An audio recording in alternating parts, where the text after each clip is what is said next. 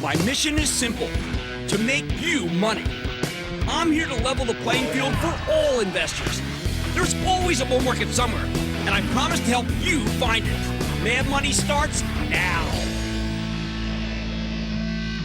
Hey, I'm Cramer. Welcome to Mad Money. Welcome to Cramerica. Other people are my friends. I'm just trying to make you some money. My job is not just to entertain, but to educate and teach you. So call me at 1-800-743-CNBC or tweet me at Jim Cramer. There's more to this business than watching the Federal Reserve. And that's true even on a day like today, where the Dow loses 116 points, S&P shed 0.48%, and the NASDAQ declined 0.78%.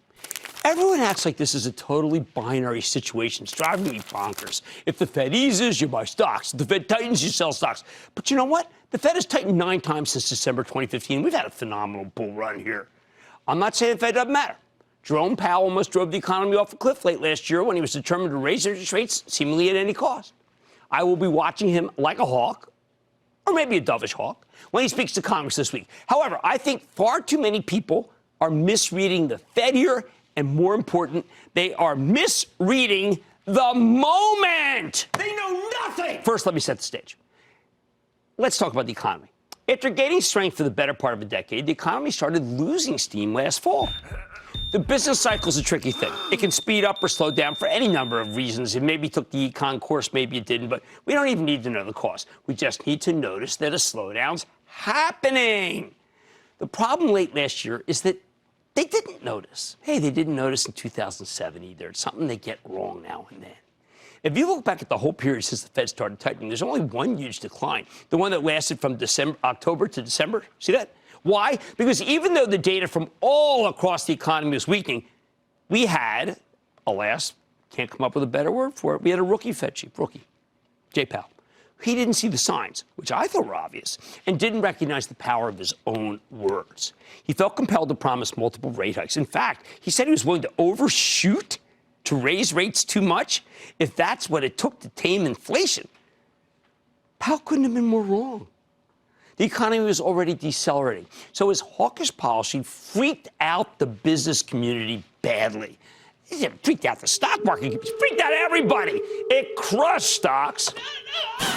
It was a horrible mistake, and I said so repeatedly at that time when things were really off the rails.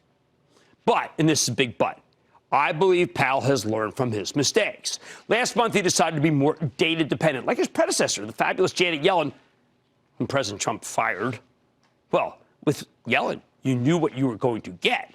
If the economy got too hot, she'd tighten, but otherwise she'd stand pat. Now, Powell didn't use these words precisely, and he hasn't flat out said that the last rate hike in December was a mistake. However, by effectively adopting Yellen's position, he's given the stock market a new level of flexibility. And this is something people don't seem to understand. Going into Friday's terrific employment number, the smart money was betting on a rate cut when the Fed meets later this month. And that was just all the chatter. Oh, God, it's so hard to block out. And when the number was good, well, it made a rate cut less likely, so everybody starts freaking out. The thing is, you at home do not need to play this game anymore. There's no need to guess Powell's intentions. That's not what we do. That's not investing.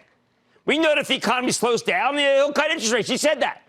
We know if the economy accelerates, well, eventually he'll raise interest rates.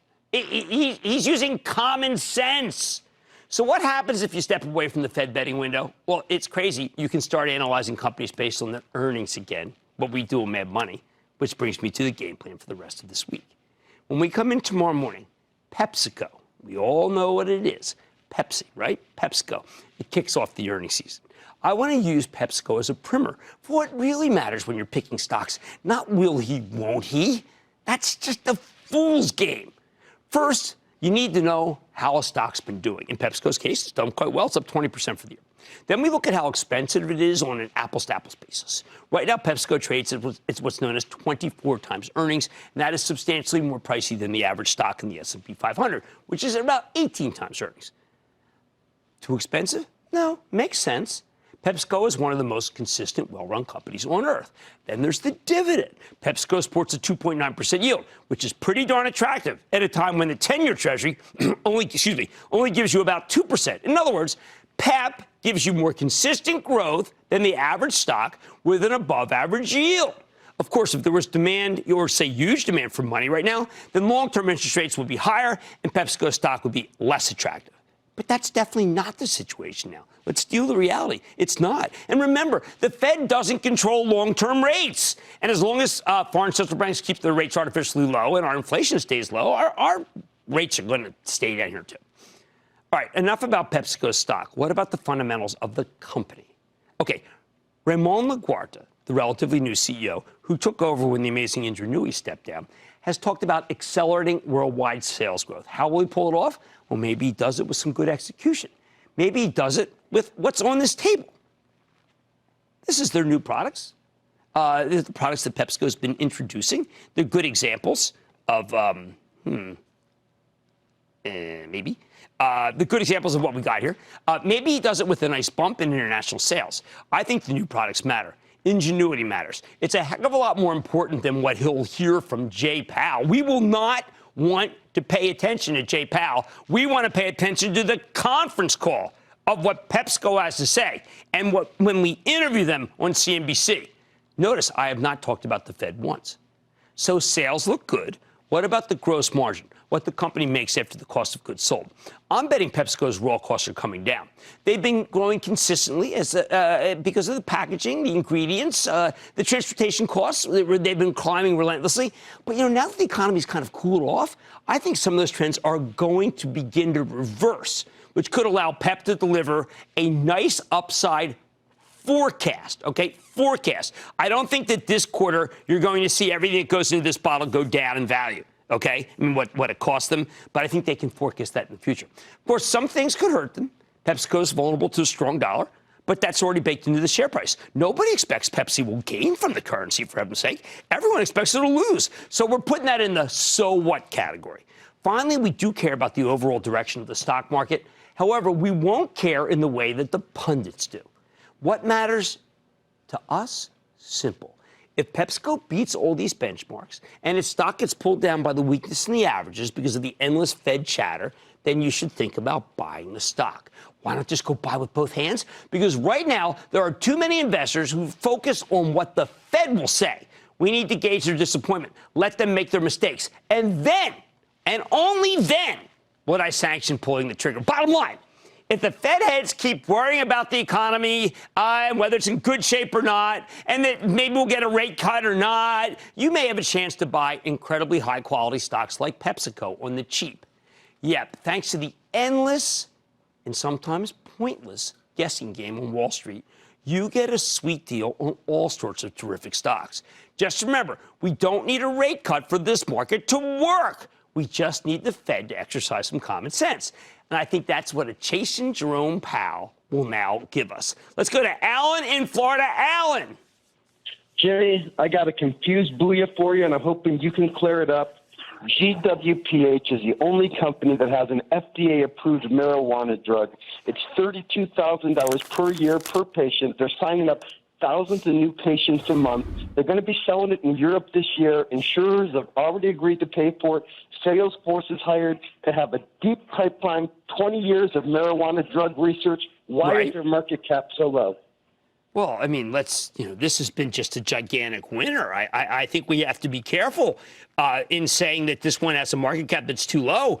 It's been just a rocket ship. It's up 78%. There is a belief that they have not been able to come up with more drugs, only this one narrow area. I do believe it's worth more than it's selling for, as do you. But I do not want to say that a stock that's up 77% this year is one that has a market cap that's too low, because that's a nice move. Let's go to Jim in Colorado. Jim. Thank you for taking my call. I have owned Lockheed for several years now with a $270 basis. It is my second heaviest equity in a Cramer approved diversified portfolio. Hallelujah button. I love the company. I love the dividends. I think Maryland is great. I think it's the best of breed in defense, and it's right around all-time high. Should I be taking some profit here? No. For every reason that first of all, it sells at the average price, sells it at a market multiple. That's wrong. It's better than that. Second, it's spewing cash. Third, you're absolutely right about Marilyn Houston. Would love to have her on the show. No reason to sell a stock just because it's up, because that business is on fire. All right, I want people to think bigger. I want you to think outside the Fed. Have others made their own mistakes? Well, if they do, if they sell because of something Powell says on the Hill, for heaven's sake, and PepsiCo delivers, what an opportunity. That's when you buy. On Mad Money tonight, with news that Canopy Growth CEO Bruce Linton is out, how is parent company Constellation Brands positioning itself following the leadership change?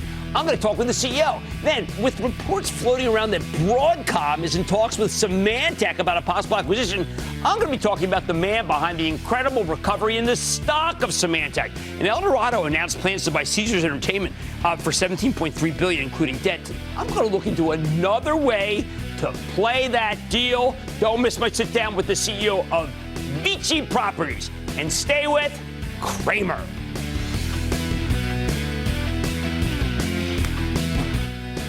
Don't miss a second of Mad Money. Follow @Jim Cramer on Twitter. Have a question? Tweet Cramer. #MadTweets. Send Jim an email to madmoney@cnbc.com or give us a call at 1-800-743-CNBC. Miss something? Head to madmoney.cnbc.com.